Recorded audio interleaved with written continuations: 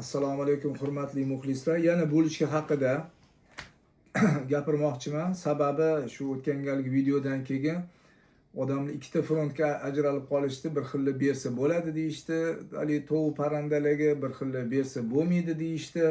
Xo'p, buni nimaga berib bo'lmaydini men aniqroq qilib aytib bermoqchiman. Bu mana zamburug'chi, bu penitsilin emas bu. Bu yerda penitsilium degan zamburug' bor. Undan tashqari fuzarium bor, cladosporium bor, mukor degan anaqalar zamburug'lar bor. Ular juda ko'p mikotoksin ishlab chiqaradi. Keyin penitsilium degan zamburug'lar, ular faqat penitsilin ishlab chiqarmaydi. Ularni o'zi bir 100 dan oshiq shtammi bor. O'sha bitta shtamidan penitsilin olinadi, u ham laboratoriya sharoitida. Buni o'sha Fleming degan odam o'sha 1930-yillarda demak ixtiro qilgan, o'sha zamburug'dan ajratib kerakli penitsilium zamburug'idan penitsilin ajratib chiqarganda odamga foydaliligini o'shani isbotlagan. Endi buni tovuq yoki kurkalar yeyotganda siz o'ylaysiz ajratib o'tiradimi buni haligi? Bu ichida penitsiliummikin boshqami, hammasini podrяд yeyveradi. To'g'rimi? U полный отравление olib keladi, boshqa qiladi. Endi misol uchun siz 3-4 million xarajat qilib qo'ydingiz, jo'ja sotib oldingiz, kurka sotib oldingizda, shu bir haftalik bir yemini ekonom qilaman deb mana bunaqa tekin non yoki bulichkalar bilan mana bunaqa mog'or bosganini aytyapman. Shu bilan bir отравление qilib, shularni o'lib ketishiga tayyormisiz? Misol uchun-da 3-4 million qancha xarajat u, qancha harakat, xafa bo'lib ketasiz bittasi o'ladigan bo'lsa. Keyin o'lmoqchi bo'lganlarni hali so'yib yeysiz, bolalaringizga yedirasiz, u zaharlangan go'sht, u qanaqa foyda bo'lishi mumkin?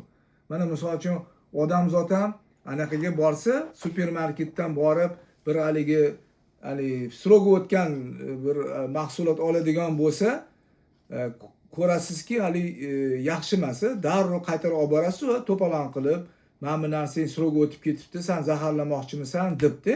Mana bunaqa non yegan tovuq yoki kurkani go'shtini bemalol yo'laymizmi? U qanaqa risk qilish mumkin bu masalada? O'zingizni bolangiz bilan yoki ota-onangiz bilan yoki o'zingizni sog'lig'ingiz bilan. Mana infeksionniy больницаga borib ko'ringlar, bu yerda qancha odam mana shunaqa srogi o'tgan narsalardan yoki mog'orlagan narsalardan yoki bir haligi yomon go'shtni yeganda qancha odam отравление bo'ladi, bir xillarni bolasi nobud bo'ladi. Uni ko'p juda uchraydigan narsa.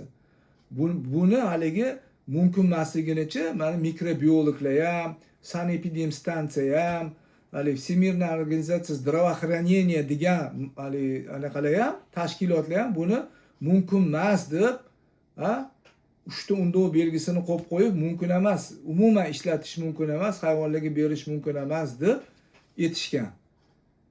Shunaqa narsa. Buni men o'zimcha o'ylab topganim yo'q. Buni o'zim doktor bo'lganim uchun etdan betdan o'qib, mana shu xulosaga kelyapmanki, buni bermaymiz.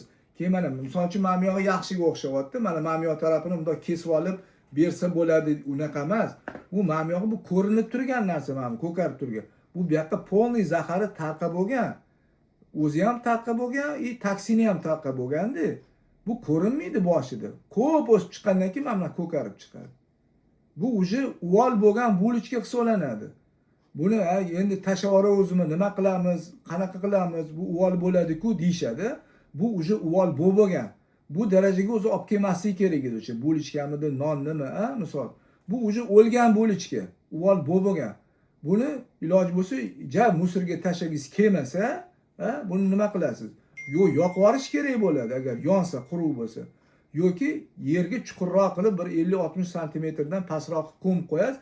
Shunda ham bilasizmi, bir necha oydan bir necha yilgacha mashti toksinlar keyin o'sha zamburug'larning sporasi o'shanda parchalanib ketadi. Bir necha yil davomida даже. Shuning uchun bunaqa narsaga riskovat qilib bo'lmaydi. Mana tayyor sizlarga bir namuna qilib aytmoqchimanki, mana o'zimizning qo'shnimiz, mana o'zimning o'rtog'im o'sha bir 60 tacha parranda oldi. Bahorda bir 6 ta kurka oldi, bir 20 ta qora shahzoda degan tovuq sotib oldi. Yana qanchadir tovuqni jo'jalarini sotib oldi-da, ko'chadan olib kelib berurdi mana shunaqa narsa.